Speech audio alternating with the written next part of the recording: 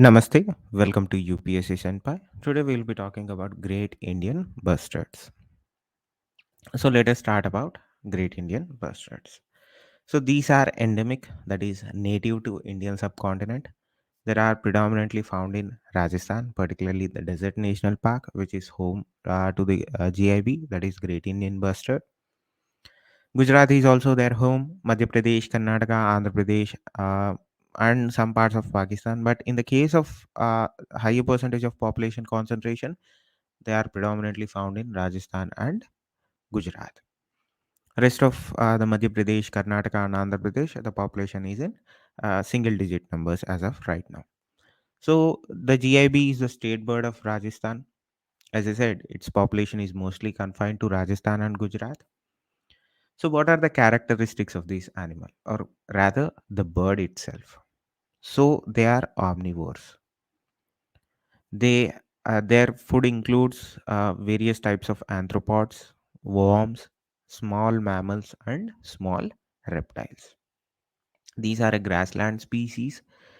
The Desert National Park has a grassland ecology. That is where we find these birds. So, these are the two states, as I said, that has grassland habitat in higher concentration or in higher hectareage. That is why we find these birds thriving here. Again, wasteland, right? These grasslands are being viewed as wasteland by us, the humans. So what has happened is, when the government notifies a region that happens to be a grassland, that happens to be a habitat to a large variety of animals, birds, mammals, whatever it is, when they notify that these regions, these grasslands as wastelands, it invites human encroachment into those areas. In the case of Great Indian Bustard, their home grassland or the grassland habitat has been notified by the government of India as a wasteland. As a result of it, their home, their habitat has been or is being exploited for agriculture, industrial activity, irrigation projects, and large scale infrastructure construction. Infrastructure may include anything, it may include roads, it may include electric lines. Why I specifically point out electric lines is, we'll discuss about this because the Achilles heel for these animals or these birds seems to be lines, power transmission lines, the long, big towers of electric lines that carry electricity from wherever it is produced to distribution centers or local substations is their biggest threat. As I said, let us discuss some threats to these animals. Before going into the discussion of threats, understand this. Their population is so low that, according to recent estimates, less than 150 is a generous number. Less than 150 are left in the wild in India. That includes all the states that I have discussed earlier. That includes Gujarat, that includes Madhya Pradesh, that includes Karnataka, that includes Rajasthan, that includes Andhra Pradesh. So their numbers is so low, despite their presence or their habitat being spread across India in different states. Their number is less than 150. As I said, the majority of the population is in Rajasthan and Gujarat. In the case of Madhya Pradesh, Karnataka, and Andhra Pradesh, their numbers are in single digits. Why are we discussing this? Recently, there happened to be an middle-aged male Great Indian Bustard that flew into Pakistan, leaving the uh, entire breeding structure of that region. I forgot where it was, but it left its natural habitat in Gujarat and flew to Pakistan. As a result of it, whatever the hopes the conservationists had of the breeding happening is gone. I don't know what happened with that bird, but that is not the question. The question is, their population is in danger. What are the coming back to the threats aspect of it? As I said, I laid specific emphasis on power lines. It seems that there has been a greater number of deaths of Great Indian bustards by collision with infrastructure, particularly with power lines. and wind turbines. So as a result of it, their numbers are drastically reduced. I think in 2018 there were 8 or 9 deaths. When your entire population is in three digits, that is less than 100, if you lose one, it does put a dent in your conservation efforts, right?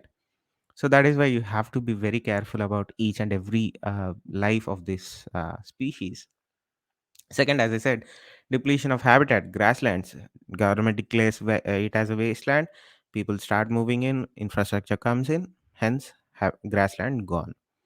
And surprisingly, one more threat to this is dogs. Not only wild dogs, because of moving in of human habitation, they do bring wild street dogs into the mixture, and these are not the natural predators of great Indian bustards. So there happens to be a hybrid potent mix over here, and dogs do tend to hunt these animals, and we have lost a few birds to dogs also.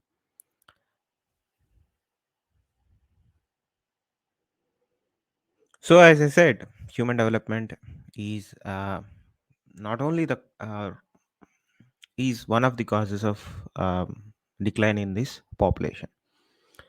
So these are the few threats that these birds face in India. So, what is the current conservation status of this bird? According to IUCN Red List, it is critically endangered. As I said, less than 150 birds are left in the wild. Uh, Again, CITES CITES listing, it is added under the Appendix 1. In India, it is protected under Wildlife Protection Act of 1972. It is in Schedule 1.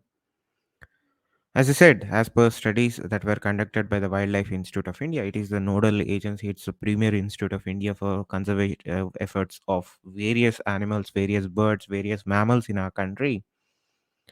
And they tend to carry out periodical studies of almost all the species in the country. And their studies concluded that there are around 150 great Indian bustards left across the country, which includes about 128 birds in Rajasthan, less than 10 birds each in states of Gujarat, Maharashtra, Andhra Pradesh, and Karnataka. And that is not a good sign when you're talking about a critically endangered species, right? Yeah, their numbers are supposed to be good.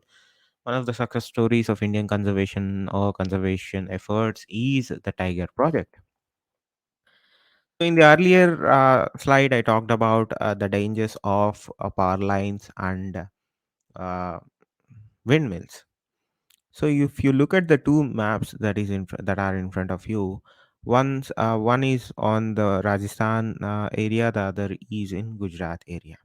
So the areas identified are the areas where the accidents with power lines of Great Indian Bustards are happening in good number, enough to raise alarm from the conservation experts. So what is the possible solution to this issue? The issue of Great Indian bustards coming in contact with high tension bar lines and windmills. So, from the expert side, they have given two possible solutions. One is to run the power lines under the ground. So, instead of building tall towers and having the power lines spanning from one tower to the other, like how the um, general regular thing is done that we see on the sides of the roads or national highways, uh, experts suggested that why don't you run the lines underground. So what is the major hurdle for running those power lines underground? Quote unquote cost. According to some estimations, to run 1 kilometer of electric high tension power lines under the ground, it costs anywhere between 1 crore to 2 crores to the government, to the exchequer, that is the government, right? I think it's less than half to run the power lines in the conventional way through tower system. So it's a highly cost prohibitive exercise, and the area that they have to do it is also large, not in terms of area but large in terms of the cost aspect of it. So if you look at the areas also, the areas that are identified in gray or rather cream skin in color, are the areas where the government has to run these power lines under the ground, underground, to protect the great Indian bustard population that is in this region. As I said, cost prohibitive, cost anywhere between 1 crore to 2 crores. These are conservative estimates. If the projects really get implemented, they might shoot up for whatever reason, inflation, XYZ reasons. So they have to run the high tension power lines under the ground. So in the meantime, this no government has taken up this project. Again, the cost comes into play, and I don't think governments are that enthusiastic about spending so much of money to run the power lines underground. So what are they doing in the meantime? In the meantime, the government or the experts have come to an understanding as to add reflective blockers to the power lines.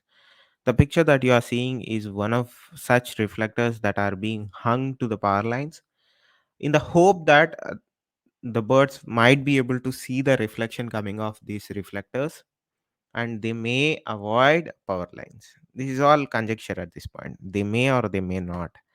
The second aspect is why we talked about the windmills, right? So the government has ordered the operators of these windmills to paint stripes, high reflective stripes on their blades of their windmills.